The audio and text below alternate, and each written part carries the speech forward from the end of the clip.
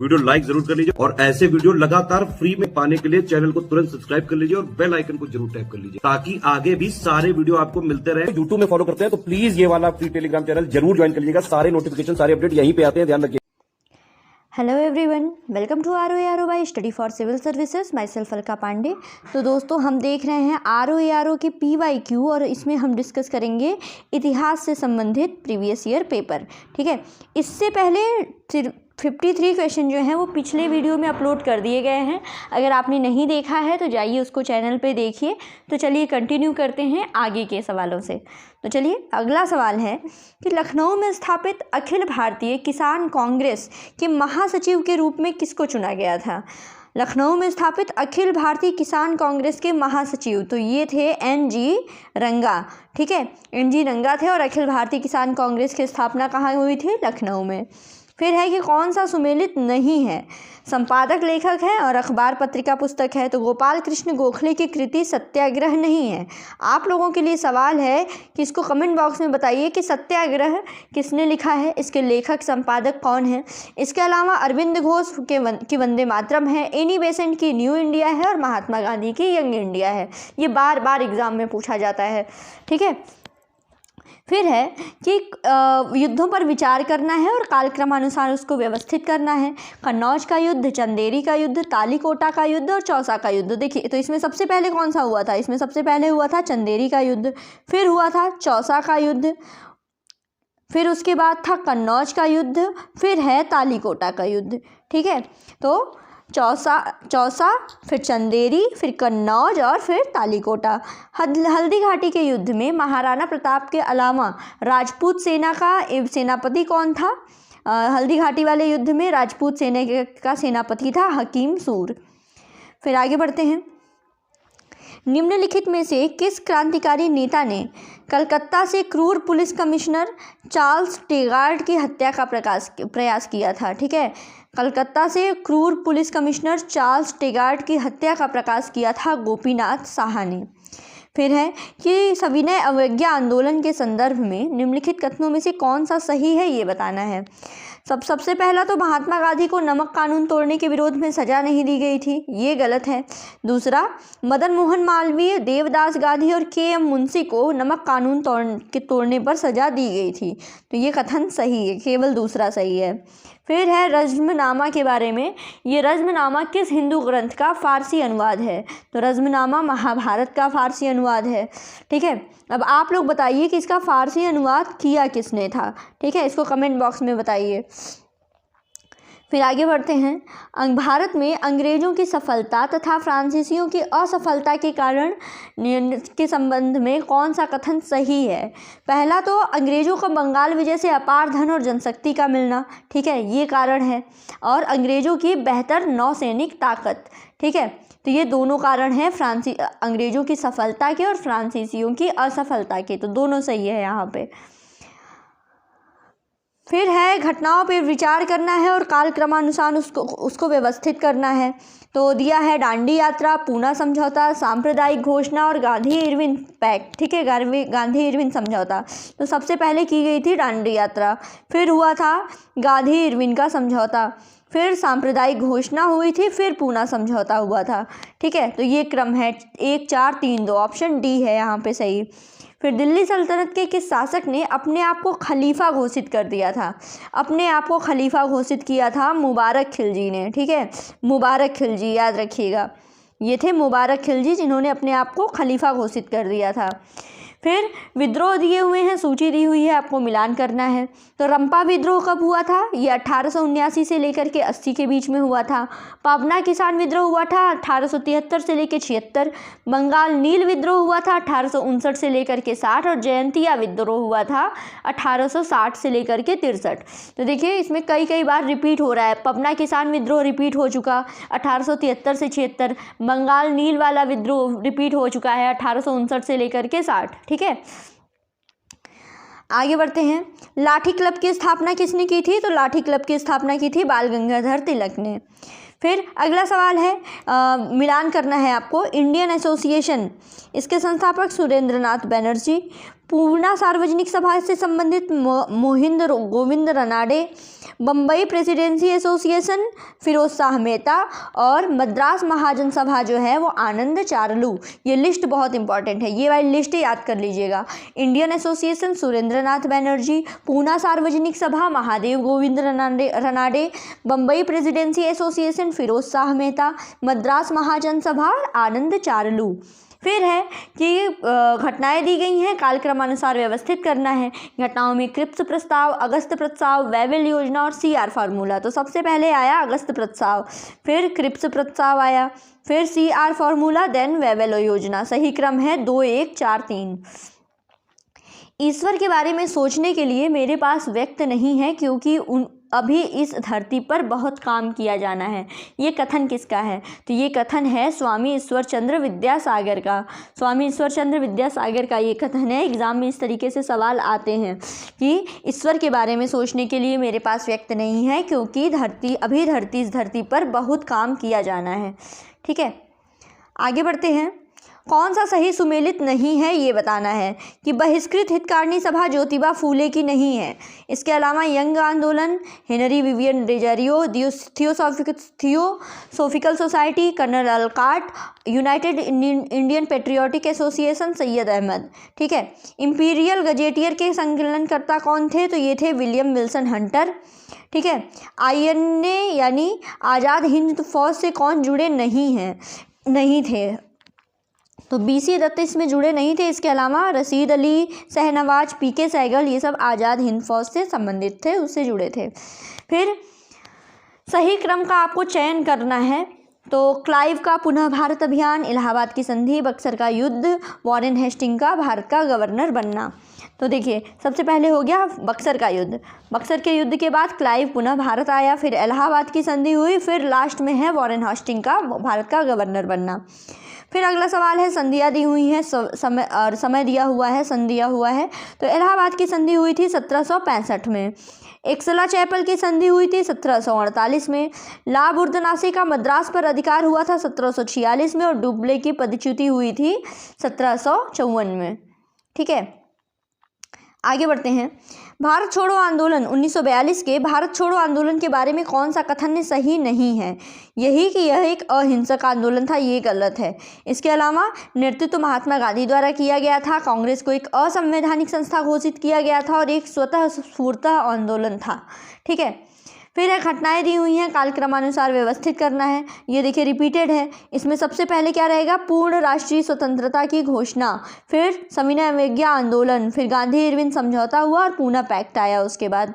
ठीक है, आगे बढ़ते हैं। कौन सा सही सुमेलित है? तो इटावा पायलट प्रोजेक्ट, अल्बर्ट मायर, ये सही सुमेलित है। ठीक है, फिर पूछाया गया है कि कौन सा सही सुमेलित नहीं है? तो राजद्रोही सभाओं को रोकने का अधिनियम 1908 में नहीं आया। इसके अलावा विस्फोटक पदार्थ अधिनियम 1908 में आ गया। भारतीय फौजदारी कानून संशोधन अधिनियम और समाचार पत्रों के लिए प्रोत्साहन अधिनियम, ये सब 1908 में आए। ठीक है, ये पहला ऑप्शन सही है यहाँ पे। अब कथन और कारण दिया गया है कि सातवाहन काल में संस्कृत के साथ प्राकृतिक और अन्य लोक भाषाओं का विकास हुआ। बिल्कुल सही है। और सातवाहन राजाओं ने अपने साहित्य रचना के लिए संस्कृत और अन्य भाषाओं को, लोक भाषाओं को अपनाया। तो देखिए, दोनों कथन सही हैं और सही स्पष्टीकरण भी है। गुप्त स्वर्ण मुद्रा को क्या कहा जाता था? दिनार कहा जाता था। गुप्त काल की स्वर्ण मुद्रा दिनार कहलाती थी। फिर मिलान करना है। ठीक है, हड़प्पा की खोज दयाराम साहनी, हस्तिनापुर बीबीलाल, तक्षशिला के हैं जॉन मार्शल और कौसाम्बी के हैं NG मजूमदार। फिर से कर दे रही हूँ। हड़प्पा दयाराम साहनी, हस्तिनापुर बीबीलाल, तक्षशिला जॉन मार्शल और कौसाम्बी NG मजूमदार। फिर कौन सा सुमेलित नहीं है? तो कौशल देखिए, अहिछत्र, ये सुमेलित नहीं है। इसके अलावा अंग, चंपा, वत्स, कौसाम्बी, मत्स्य, विराटनगर। फिर देखिए, चंदवाड़ का युद्ध कब हुआ? चंदवाड़ का युद्ध हुआ है 1194 ईस्वी में। तैमूर का आक्रमण हुआ था 1398 में। ठीक है। तालीकोटा का युद्ध हुआ था 1565 में और घाघरा का युद्ध हुआ था 1529 में। ठीक है, तालीकोटा का युद्ध भी 2-3 बार मिलान करने में पूछा गया है, याद रखिएगा। तालीकोटा का युद्ध हुआ था 1565 में। इसके अलावा चंदवाड़ का युद्ध 1194 में, तैमूर का युद्ध हुआ था 1398 में, तालीकोटा का युद्ध 1565 और घाघरा का युद्ध 1529 में।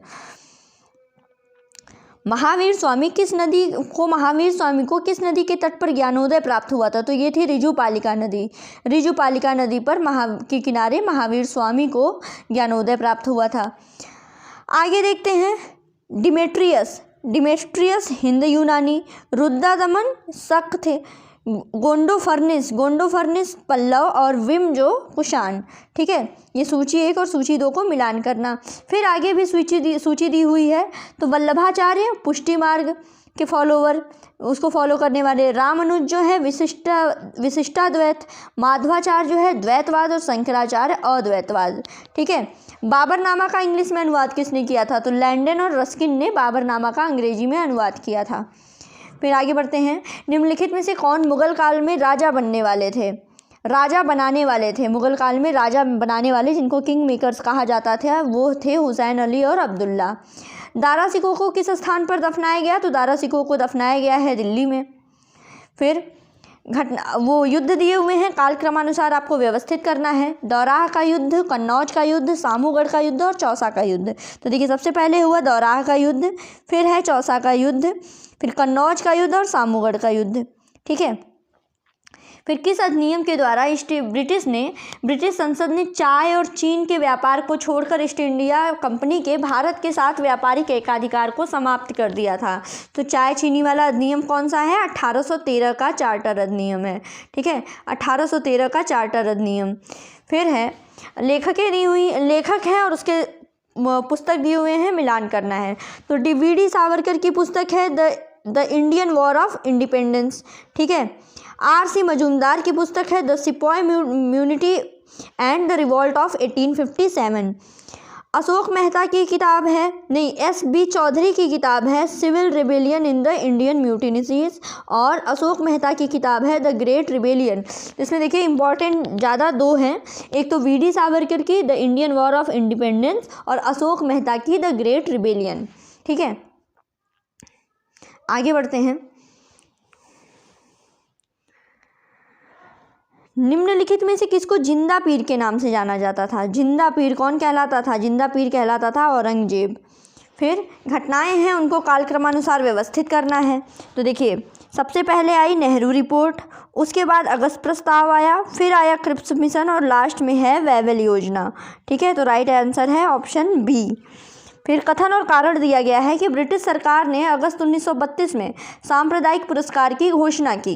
फिर इसके तहत प्रत्येक अल्पसंख्यक समुदाय के लिए विधानमंडल में कुछ सीटें सुरक्षित की गई थी, जिसके लिए सदस्यों का चुनाव पृथक निर्वाचन मंडलों से होता था। तो देखिए, दोनों सही है, लेकिन सही स्पष्टीकरण ये इसका नहीं है। ठीक है, आगे बढ़ते हैं अगले सवाल की तरफ। तो देखिए, राजनीतिक दल है और वर्ष दिया गया है। भारतीय राष्ट्रीय कांग्रेस, इसकी स्थापना ये बना था 1885 में। भारतीय जनसंघ बना 1851 में। फिर भारतीय साम्यवादी दल बना 1925 में और AIADMK बना 1972 में। फिर आचार्य और उनके सिद्धांत हैं। लकुलिस का सिद्धांत क्या है? पाशुपत। नागार्जुन का सिद्धांत है शून्यवाद। भद्रबाहु का सिद्धांत है जैन और गोसाल का सिद्धांत है आजीवक। ये याद रख लीजिए, इंपॉर्टेंट है। लकुलिस का सिद्धांत है पाशुपत, नागार्जुन का शून्यवाद, भद्रबाहु का जैन और गोसाल का है सिद्धांत आजीवक। अगले कुछ सवाल और देख लेते हैं। जो बौद्ध जन धर्म है, इसमें त्रिरत्न से क्या अभिप्राय है? तो त्रिरत्न है बुद्ध, धम्म और संघ। ठीक है, कौन सा सुमेलित नहीं है, ये पूछा गया है। तो भीतरी अभिलेख जो है वो पुलकेशिन द्वितीय से संबंधित नहीं है। इसके अलावा नासी अभिलेख गौतमीपुत्र से, हाथी गुम्बा खारपेल से और गिरनार जो है रुद्रदमन प्रथम से संबंधित है। फिर है रणथंबोर, सूची 1 और सूची 2 दी गई है। ठीक है, रणथंबोर से संबंधित है अमीर देव। फिर चित्तौड़ राणा रतन सिंह, देवगिरी राजा राय रामचंद्र और गुजरात के कर्णदेव। ठीक है, फिर है कि कौन सा युग्म सही सुमेलित नहीं है, तो अब्दुल रज्जाक जो है उनका गृह देश तुर्की नहीं था। आप लोगों के लिए सवाल है कि गूगल करके बताइए या चाहे जैसे भी बताइए, अब्दुल रज्जाक का गृह देश क्या था। इसके अलावा इब्न बतूता मोरक्को के थे, मार्को पोलो इटली के थे और नूनिज जो थे वो पुर्तगाली थे। ठीक है। फिर निम्नलिखित में से किस शासक ने विक्रमशिला विश्वविद्यालय की स्थापना की थी। विक्रमशिला विश्वविद्यालय की स्थापना की थी धर्मपाल ने। फिर कालक्रमानुसार शासकों के नाम आपको व्यवस्थित करना है। विद्याधर, धंग, यशोवर्मा, कीर्तिवर्मा दिया हुआ है, तो सही क्रम है इसमें पहला ऑप्शन जो जैसे बताया गया है कि सबसे पहले यशोवर्मा, फिर धंग, फिर विद्याधर, देन कीर्तिवर्मा। ठीक है। किस शासक ने दीवान अमीर कोही विभाग की स्थापना की थी। दीवान अमीर कोही विभाग की स्थापना की थी मोहम्मद बिन तुगलक ने। ठीक है, मोहम्मद बिन तुगलक ने इसकी स्थापना की थी दीवान अमीर कोही। फिर निम्नलिखित में से किस चिश्ती संत को चिराग दिल्ली कहा जाता है। चिराग दिल्ली कहा जाता है नासिरुद्दीन को। ठीक है, आगे बढ़ते हैं। अगला सवाल है कि गुर्जर प्रतिहार शासकों में किसकी उपाधि आदि वराह थी। आदि वराह उपाधि थी मिहिर भोज की। फिर उसके बाद है कि ये घटनाएं हैं, इन पे विचार करना है और कालक्रमानुसार व्यवस्थित करना है। तो सबसे पहले तो हुआ तराइन का द्वितीय युद्ध, उसके बाद हुआ जलालुद्दीन की हत्या हुई, फिर अफगानपुर षड्यंत्र रचा गया, फिर मोहम्मद बिन तुगलक के द्वारा राजधानी का स्थानांतरण हुआ। तो सही क्रम है 4, 3, 2, 1। फिर किस शासक ने शाहरुख नामक चांदी का सिक्का चलाया था। ठीक है, तो ये चलाया था बाबर ने।